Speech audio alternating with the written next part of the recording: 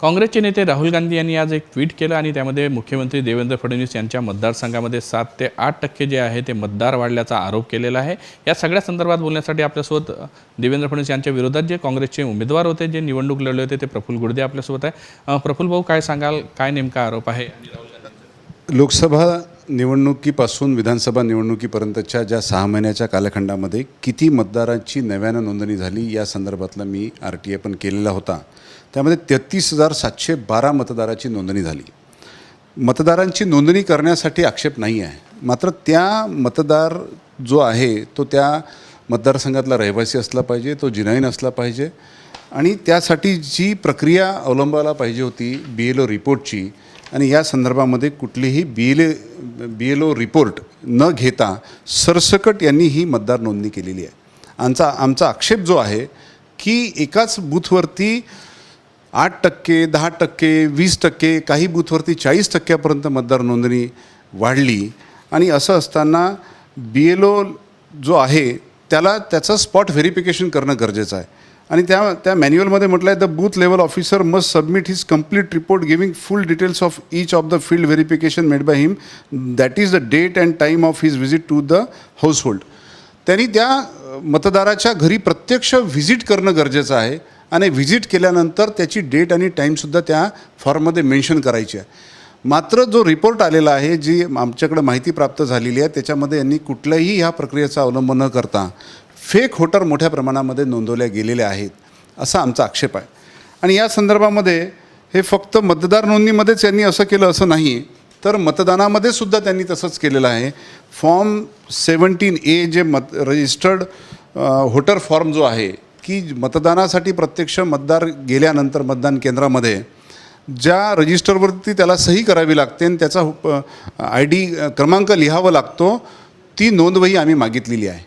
6 महिन्यापर्यंत election commission उत्तर देत नाही आणि 6 महिन्यानंतर उत्तर देते की आपला न्यायप्रविष्ट प्रकरण असल्यामुळे आपल्याला ही माहिती उपलब्ध करून देता येत नाही।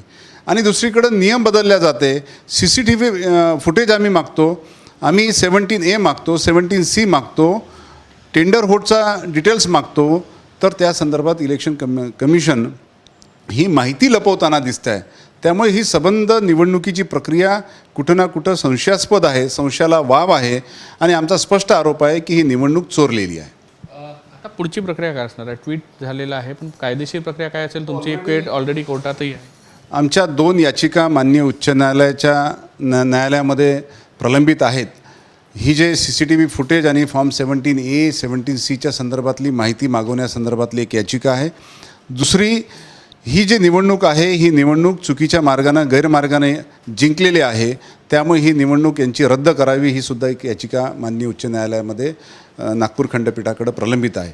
हा न्यायालयीन लढा पण राहील, सोबत जनजागृतीचा पण लढाई राहणार आहे। लोकांपर्यंत पण हा विषय घेऊन जावा लागणार आहे, कारण ग्राउंड रिपोर्ट आणि वास्तविक निकाल यामध्ये संबंध महाराष्ट्रामध्ये अंतर दिसतं आहे।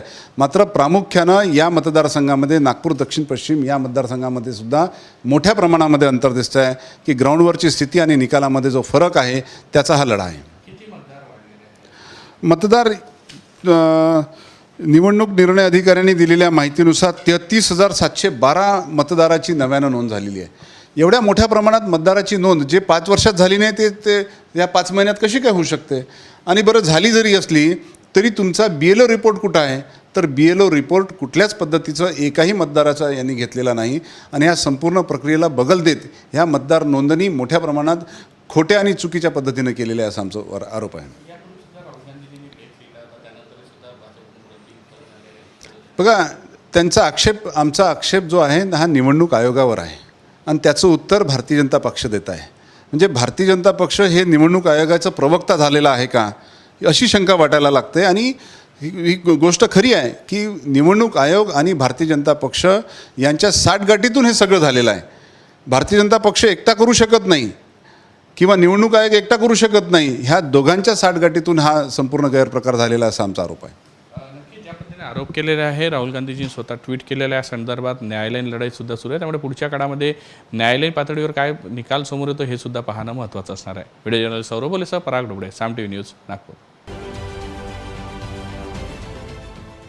देश विदेशातील प्रत्येक घडामोडींचे लाईव्ह अपडेट मिळवण्यासाठी आता साम टीव्हीच्या सर्व सोशल मीडिया प्लॅटफॉर्मला लाईक, फॉलो आणि सबस्क्राईब करा.